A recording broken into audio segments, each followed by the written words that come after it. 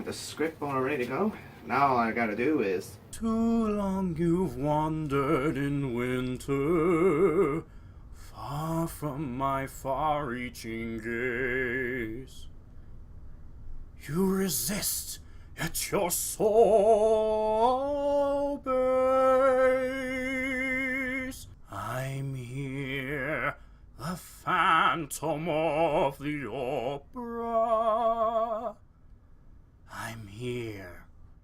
I'm here. I'm here.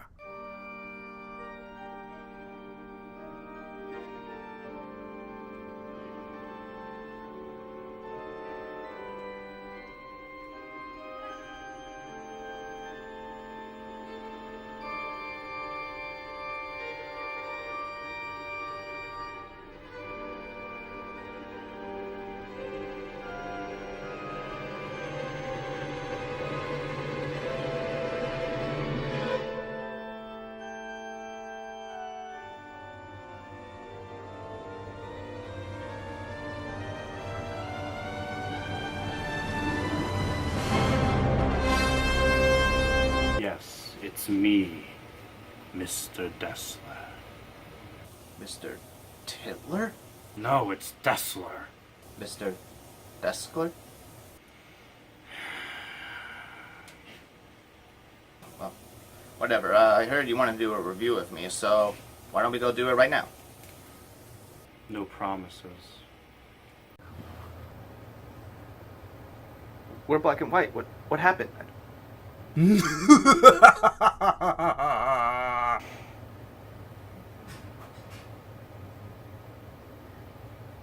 Well, I guess the only thing we could do now is just review this movie as it is. I mean, hopefully the sound effect will still work.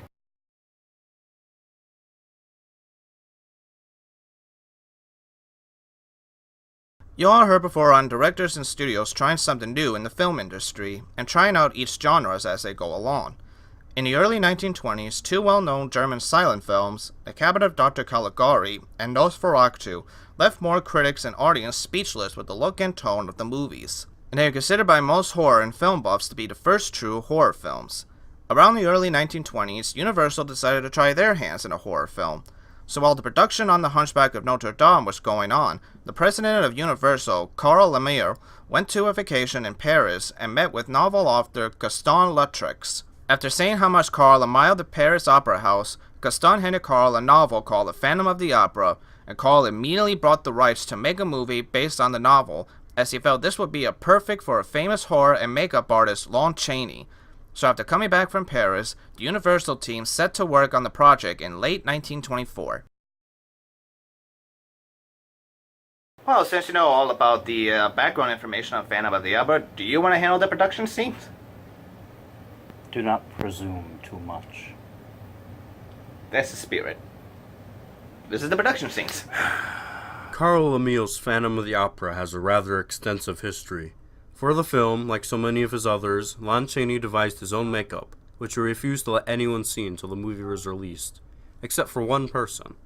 Lon Chaney summoned the film's cameraman to his dressing room one day. When he came, Lon Chaney turned around in full Phantom makeup, and the poor soul was scared half to death, also angered only for Chaney to tell him that he had told him all he needed to know. Chaney's devotion to his art was so extreme that his makeup cut into his nose and caused it to bleed. Ben Carey called to help design the sets for the movie, and the opera set he helped design and built was the biggest set ever made for a movie at the time. Even the floor foot is enormous. To say the least, Rupert Julian and Lon Chaney did not have a very friendly working relationship. They were not even on speaking terms during most of the production and had to have messages carried to each other. One account even states that Raoul's actor, Norman Carey, charged at Julian riding a horse, knocking him down in front of a crowd of people. Because of this, the film went through different directors during production, and the film went through several rewrites during the process. For some inexplicable reason, they decided to change the Phantom and the Inspector Ledoux's backstory. In the novel, Inspector Ledoux is known as the Persian, and the Phantom knew him because he spent time in Persia many years ago. In the film, however, he is said to have been an escaped inmate from a prison on Devil's Island. They cut one scene for being too controversial, where Christine goes to her father's grave in Paris. In the scene, the Phantom throws skulls at Raoul. They also changed the ending from the novel because, unfortunately, the test audience hated the original ending. It is likely that none of them had read LaRue's novel. In the original ending, which you can find as a motion comic made from stills on my channel, Phantom Retrospective, was going to end with the Phantom promising Christine to let her and Raoul go free if he got a kiss from her. She agrees, and the Phantom is left dead. So with the changed ending and audience's improvement, the Phantom of the Opera was shown at Astor Theater in New York on September 6, 1925. Generally, I think Phantom of the Opera starring Lon Chaney is a very good film, although it has many flaws, particularly, in my opinion, some of the changes from the novel. Chaney himself is absolutely brilliant in the role, although the Raoul-Christine dynamic is a bit weak. It's not my favorite adaptation, but it is definitely one of the better ones. After I got into the musical, it was the second adaptation I watched, I believe, the 1989 Robert Englund adaptation being the first, and I still quite enjoy it today. One of the best parts of the movie, honestly, is the makeup. People often talk about Lon Chaney's self-devised makeup for various movies as being exemplary, and I would have to agree, especially in the case of The Phantom. I agree that the makeup that Lon Chaney provided in this movie was absolutely brilliant. I'll admit, when I first saw the movie and the reveal happened, it actually did get a jump scare out of me, and that's a good sign right there. Now, as Mr. Dustler stated, there was a different ending to the movie. In the original ending, Eric promised to let Christine go if she gives him a kiss on the forehead, and she does, to which he is pretty shocked that she did that, and is left dead with a broken heart. I really did wish they keep the original ending, because it would have made so much more sense given the context of the movie. But to the movie's credit, the film does a good job of playing up the mystery behind the monster and some of the characters as well. I love the actor they got to play the inspector. He does such a great job of having such a mysterious presence around him that you want to learn more about him, and that's what the movie does best, building up some suspension and mystery. It does a good job at letting the audience guess what's going on and what the Phantom is like, and Chaney plays a really great Phantom. While it's not my most favorite film of all time, I enjoyed the movie enough and could really see how this film helped kickstart the universal monster genre. There's some great mystery moments in the movie. Chaney is a lot of fun to watch, and the movie does a great job at building up suspense. Sure, there are some cliche moments here and there, but if you could look past those moments, and you really love classic monster movies, definitely check out this film for some of the great performance and makeup from Lon Chaney.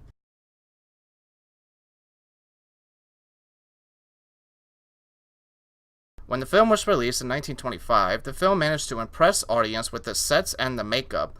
In fact, it was reported that some of the audience in the theater actually fainted during some of the scenes where the Phantom was revealed, and some famous actors, like Gregory Peck, was actually scared by this movie.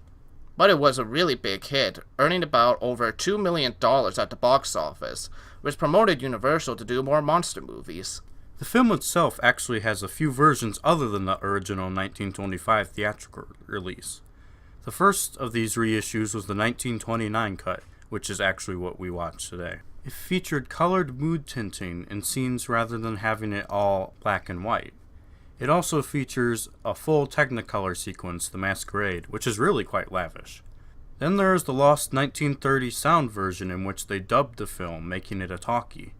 However, Chaney's contract did not allow for that, and instead, for the mirror sequence, they added an odd character, supposedly a servant to the Phantom, for just one scene.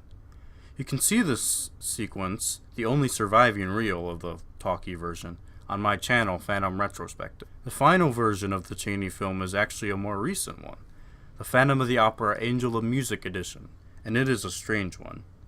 First of all, similarly to the 1930 version, it was made into a talkie.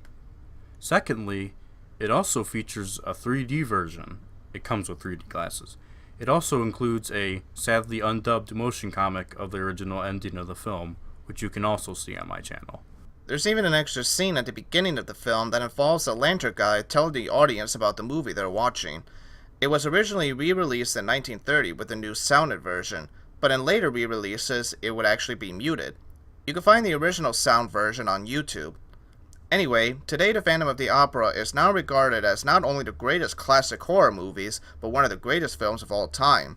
And from beneath the mask lies a certain truth. Well, that about do it for The Phantom of the Opera. Thank you all so much for watching this review, and thank you, Mr. Titler, for helping me out.